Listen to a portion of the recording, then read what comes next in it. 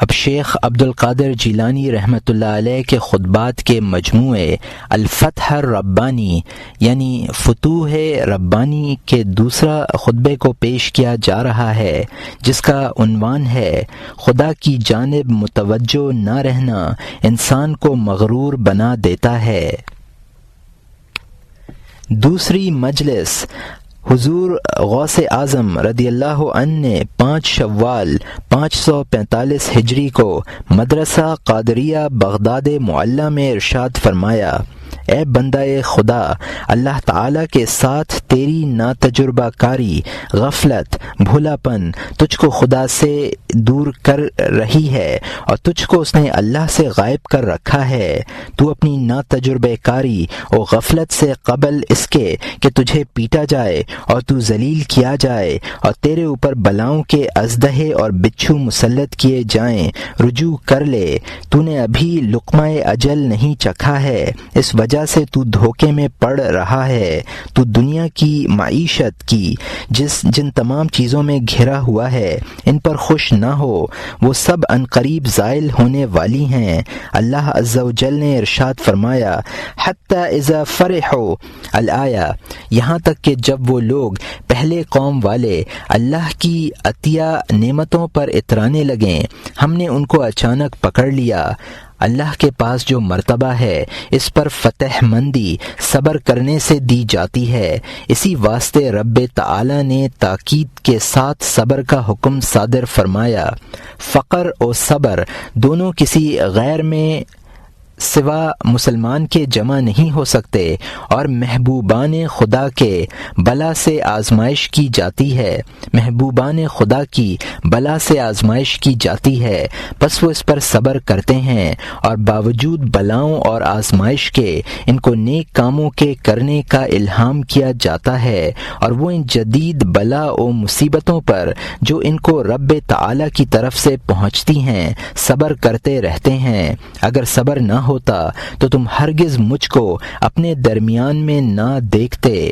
میں ایک جال بنا دیا گیا ہوں جس کے ذریعے سے پرندوں کا شکار کیا جاتا ہے، رات سے انتہائے رات تک میری آنکھ کھول دی جاتی ہے اور میرے پاؤں سے بندش علیحدہ کر دی جاتی ہے۔ وقت خلوت ہے، دن میں آنکھ بند کرنے والا ہوں اور میرا پاؤں جال میں بندھا ہوا ہوتا ہے، تمہارے ساتھ مشغول رہتا ہوں، یہ سب تمہاری مصلحت کے لیے کیا گیا ہے اور تم نہیں پہچانتے ہو۔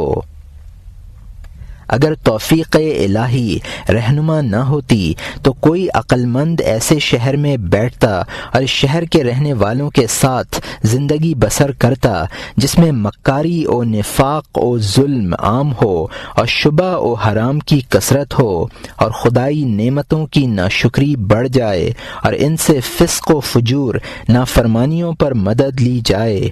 اور ایسے لوگ زیادہ ہو جائیں جو اپنے گھر میں فاسق و فاجر ہوں اور دکان پر آ کر پرہیزگار بننے والے اپنے تہ خانے میں زندیق ہوں، کرسی پر جلوہ نما ہو کر صدیق بنیں۔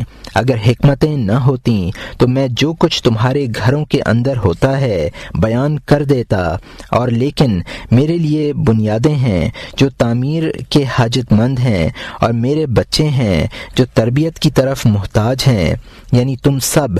اگر میں وہ بعض امور کھول دوں جو مجھے معلوم ہے تو یہ میرے اور تمہارے درمیان میں جدائی کا سبب ہو جائے گا۔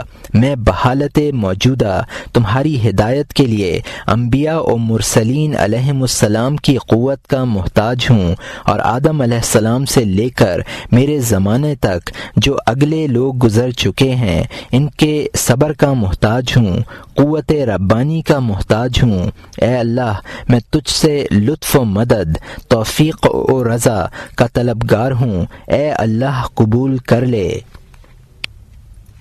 اے غلام، تو دنیا میں باقی رہنے اور اس میں نفع حاصل کرنے کے لیے پیدا نہیں کیا گیا ہے، بس تو ان کاموں کو جو خدائے تعالی کو ناپسند ہیں اور تو ان میں مبتلا ہے بدل ڈال۔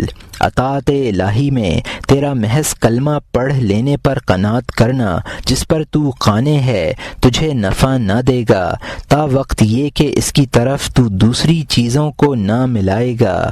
ایمان قول و عمل دونوں کا نام ہے۔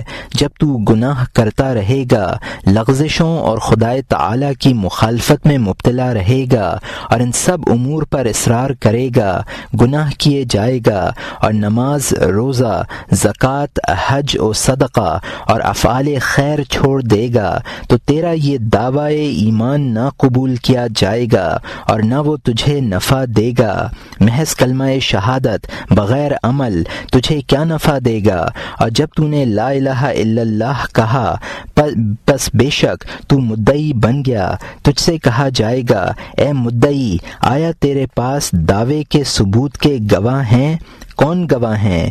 اس دعوے کے گواہ خدا کے حکموں کا بجا لانا اور ممنوعات و منہیات سے باز رہنا اور آفتوں پر صبر کرنا اور تقدیر کے سامنے سر جھکانا ہے، یہی اس دعوے کے گواہ ہیں و بس۔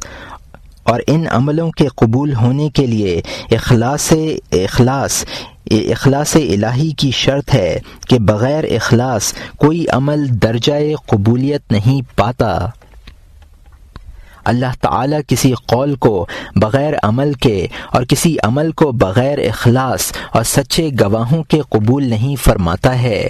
کسی قدر مال سے فقیروں کے ساتھ مہربانی کرتے رہو، جبکہ تم تھوڑے بہت مال کے دینے پر قدرت رکھو تو سائل کو محروم نہ پھیرو۔ خدائے تعالی عطا کو محبوب رکھتا ہے، اس میں تم اس کی موافقت کرو اور اس کا شکر کرو کہ اس نے تمہیں کیسے اس کا اہل بنا دیا اور تم کو عطائے مال پر قدرت دے دی۔ تجھ پر افسوس جبکہ سائل اللہ عز و جل کا ہدیہ ہے اور تو مال دے دینے پر بھی قادر ہے، پس تو اس ہدیے کو کیسے اس کے ہدیہ بھیجنے والے کی طرف واپس کرتا ہے؟ تو میری طرف متوجہ ہوتا ہے، واز سنتا ہے اور روتا ہے، اور جب تیرے پاس فقیر آتا ہے تو تیرا قلب سخت ہو جاتا ہے۔ اس نے یہ بتایا کہ تیرا سننا اور رونا خالص اللہ عز و جل کے لیے نہیں، میرے پاس بیٹھ کر تیرا واز سننا اولاً ساتھ باطن کے ہو، پھر ساتھ قلب کے، پھر ساتھ اعضائے ظاہری کے، کہ وہ بھلائی نیکی میں مشغول رہیں۔ تو جب میرے پاس آئے تو ایسی حالت میں آ کہ تو اپنے علم، اپنے عمل، اپنی زبان اور نسب و حسب سب سے قطع نظر کیے ہوئے اور اپنے مال اور اپنے اہل و عیال کو بھلائے ہوئے ہو، یعنی سچا بندہ ہونے کے لیے اسی کی ضرورت ہے۔ میرے سامنے ماں سوا اللہ سے برہنہ ہو کر کھڑا ہوا کر تاکہ اللہ عز و جل اس کو اپنے قرب و فضل و احسان سے خلعت عطا فرما دے۔ جب تو میرے پاس آتے وقت ایسا کرے گا تو مثل پرندہ کے ہو جائے گا کہ وہ اپنے گھونسلے سے صبح کو بھوکا نکلتا ہے اور شام کو پیٹ بھرا ہوا واپس آتا ہے۔ قلب کی نورانیت حق تعالی کے نور سے ہے، اور اسی واسطے نبی صلی اللہ علیہ وسلم نے ارشاد فرمایا، سچے مومن کی دانائی اور شناخت سے ڈرو، وہ تو اللہ عز و جل کے نور سے دیکھتا ہے۔ اے فاسق، تو سچے ایماندار سے ڈر اور اس کے پاس ایسی حالت میں نہ جا کہ تو اپنی گناہوں کی نجاست میں لتھڑا ہوا ہو، کیونکہ وہ اللہ عز و جل کے نور سے تیری اسی حالت کو جس میں تو مبتلا ہے دیکھتا ہے، اور مومن تیرے شرک اور نفاق کو دیکھتا ہے، اور وہ تیری اندرونی حالت کو جو تیرے کپڑوں کے نیچے پوشیدہ ہے دیکھتا ہے، وہ تیری رسوائیوں اور برائیوں کو دیکھتا ہے، یعنی تجھے اس سے شرم چاہیے۔ جو شخص اہل فلاح و بزرگ آدمی کو نہیں دیکھتا فلاح نہیں پاتا، تو سراپا ہوس بنا ہوا ہے اور تیرا میل جول اہل ہوس ہی سے ہے۔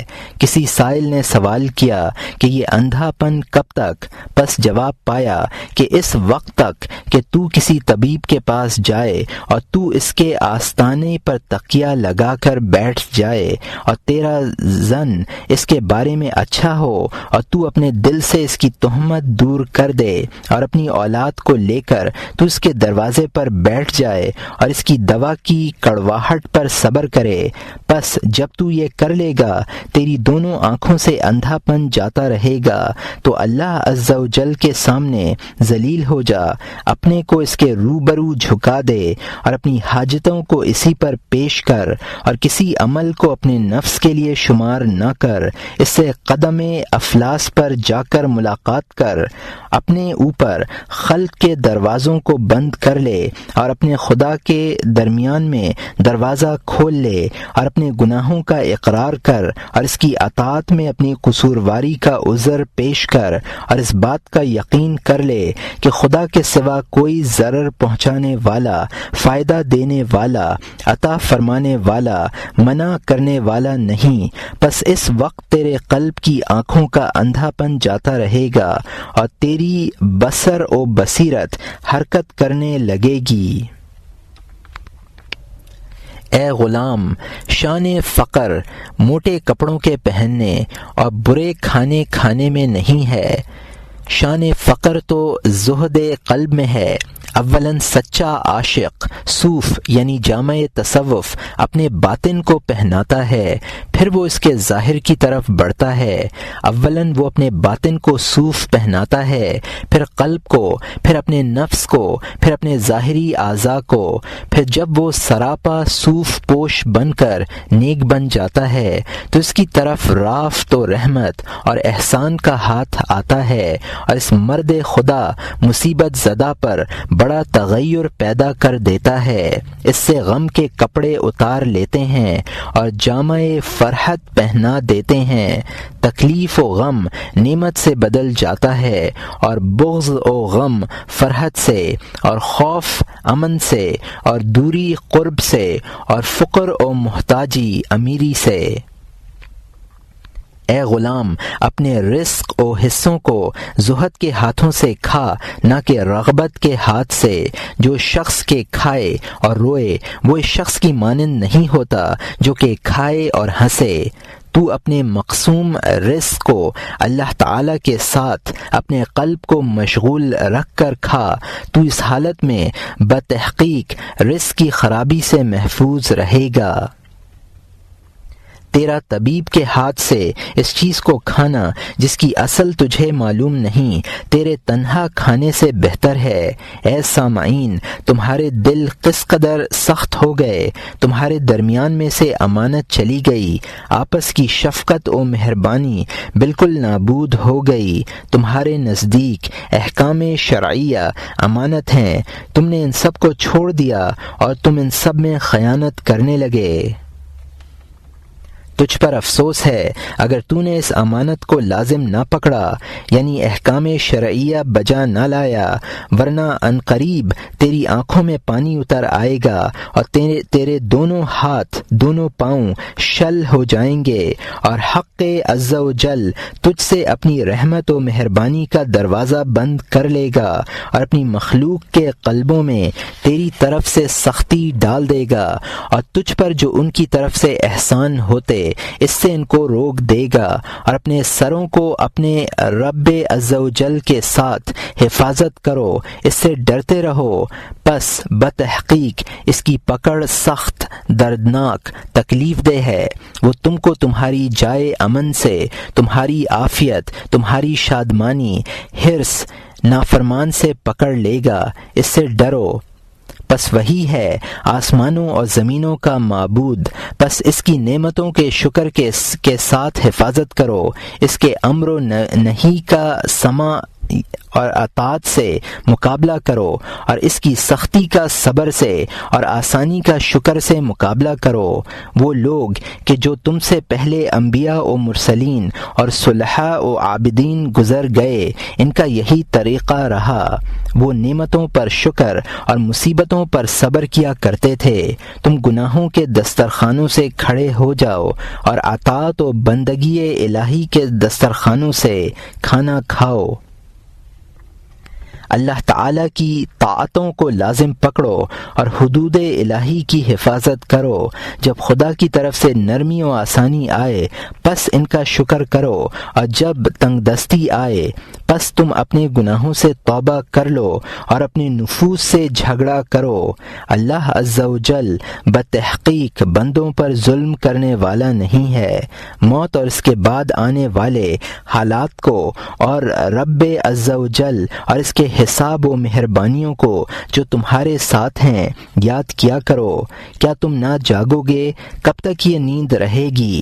یہ جہالت اور باطل میں آمد و رفت اور نفس و خواہشات کے ساتھ قیام اور عادت کی پیروی کب تک رہے گی؟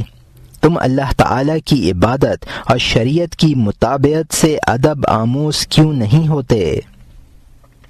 عادت کا چھوڑ دینا عبادت ہے۔ احکام قرآن و حدیث سے درس لے کر اس کے مطابق کیوں نہیں چلتے؟ ادب سیکھو۔ اے غلام، تو آدمیوں سے میل جول اندھا پن، جہالت، خواب و غفلت کے ساتھ نہ کر، بلکہ ان سے تیرا میل جول بصیرت و علم و بیداری کے ساتھ ہونا چاہیے۔ پس جب تو ان سے اچھا قابل ستائش کوئی کام دیکھے تو بھی ان کا ساتھ دے، اور جب تو ان سے کوئی برا فعل قابل نفرت و خلاف شرع دیکھے تو اس سے بچ اور ان کو اس سے روک دے۔ تم حق سبحانہ و تعالی سے غفلت کلیہ میں ہو، اپنے اوپر اس کے واسطے بیداری ہوشیاری لازم پکڑو۔ تم التزام کے ساتھ مسجدوں کی حاضری اور نبی صلی اللہ علیہ وسلم پر کثرت سے درود خوانی کو لازم پکڑو۔ بے شک نبی صلی اللہ علیہ وسلم نے ارشاد فرمایا ہے، اگر آسمان سے آگ اترے تو سوائے اہل مساجد کے اس سے کوئی نجات نہ پائے۔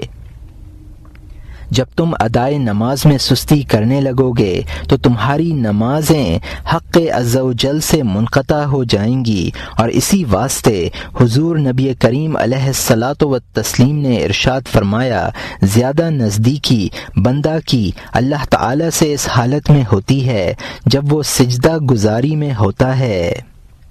تجھ پر افسوس، تو کیوں تعویل کرتا ہے اور رخصت کا پہلو ڈھونڈتا ہے؟ تعویل کرنے والا دھوکے باز ہے۔ کاش کہ جب ہم محض عزیمت ہی پر عمل کرتے اور ہم اجماع امت سے متعلق ہوتے اور اپنے عملوں میں اخلاص کرتے اور اس پر ہم اللہ تعالیٰ کے احکام سے نجات پا لیتے تو بھی خیریت تھی۔ پس کیا حالت ہوگی جب کہ ہم تعویل کریں گے اور رخصت کا پہلو ڈھونڈیں گے؟ عزیمت اور اہل عزیمت چلے گئے، یہ زمانہ تو رخصتوں کا ہی رہ گیا ہے، نہ عزیمتوں کا۔ یہ زمانہ مکاری، دکھاوے اور نفاق اور بلا کسی حق کے دوسروں کے مال لے لینے کا ہے۔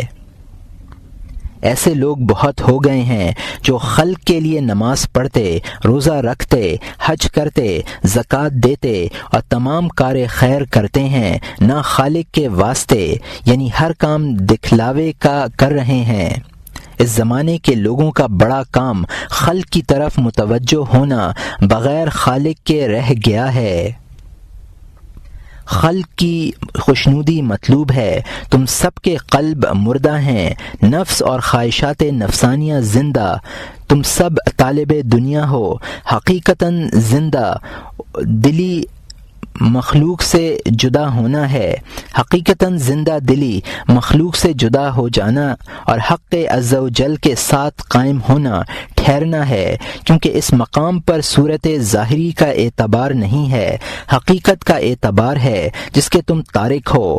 اللہ تعالیٰ کے حکم کی بجا آوری، اس کے منہیات سے باز رہنے اور اس کی بلاؤں پر صبر کرنے، قضاء و قدر کے سامنے سر جھکا دینے میں قلب کی زندگی ہے۔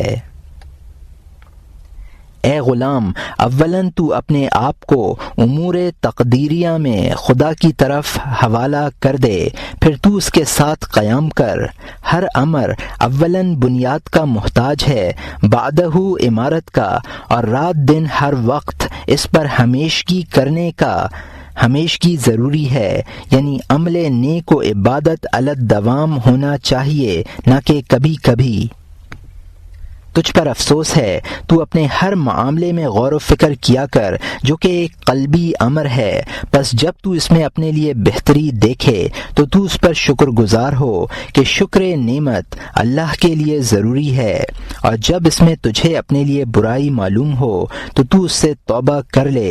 اس غور و فکر سے تیرا دین زندہ ہو جائے گا اور تیرا شیطان مر جائے گا، اور اسی واسطے فرمایا گیا ہے کہ ایک ساعت کا تفکر ساری رات کے قیام سے بہتر ہے۔ اے امت محمدی علیہ السلام، تم اللہ عز و جل کا شکر کرو، اس نے تمہارے ایسے عمل پر جو بنسبت ماضیہ کے قلیل ہے قناعت فرمائی ہے۔ دنیا میں تم پچھلے ہو، بعد کے آنے والے ہو، اور تم قیامت کے دن پہلے ہو دخول جنت اور رحمت الہی میں۔ تم میں سے جو صحیح و تندرست ہے، پس اس کے برابر کوئی دوسرا نہیں۔ تم امیر و سردار ہو اور دوسری امتیں تمہاری رعیت۔ جب تک تو خلق سے ان چیزوں میں جو ان کے قبضہ و تصرف میں ہیں جھگڑتا رہے گا اور ان کو اپنے ریا و نفاق سے کھینچتا رہے گا، تندرستی حاصل نہ ہوگی۔ جب تک تو دنیا میں رغبت کرنے والا رہے گا، تجھے صحت و تندرستی نہ ملے گی۔ جب تک تو اپنے قلب سے غیر پر بھروسہ کرنے والا رہے گا، خدا پر سچا بھروسہ نہ کرے گا، تو صحیح و تندرست نہ بنے گا۔ اے اللہ، تو ہم کو اپنی معصیت کی صحت و تندرستی عطا فرما، اور ہم کو دنیا و آخرت کی نکوئیاں دے، اور ہم کو عذاب جہنم سے بچا۔ آمین۔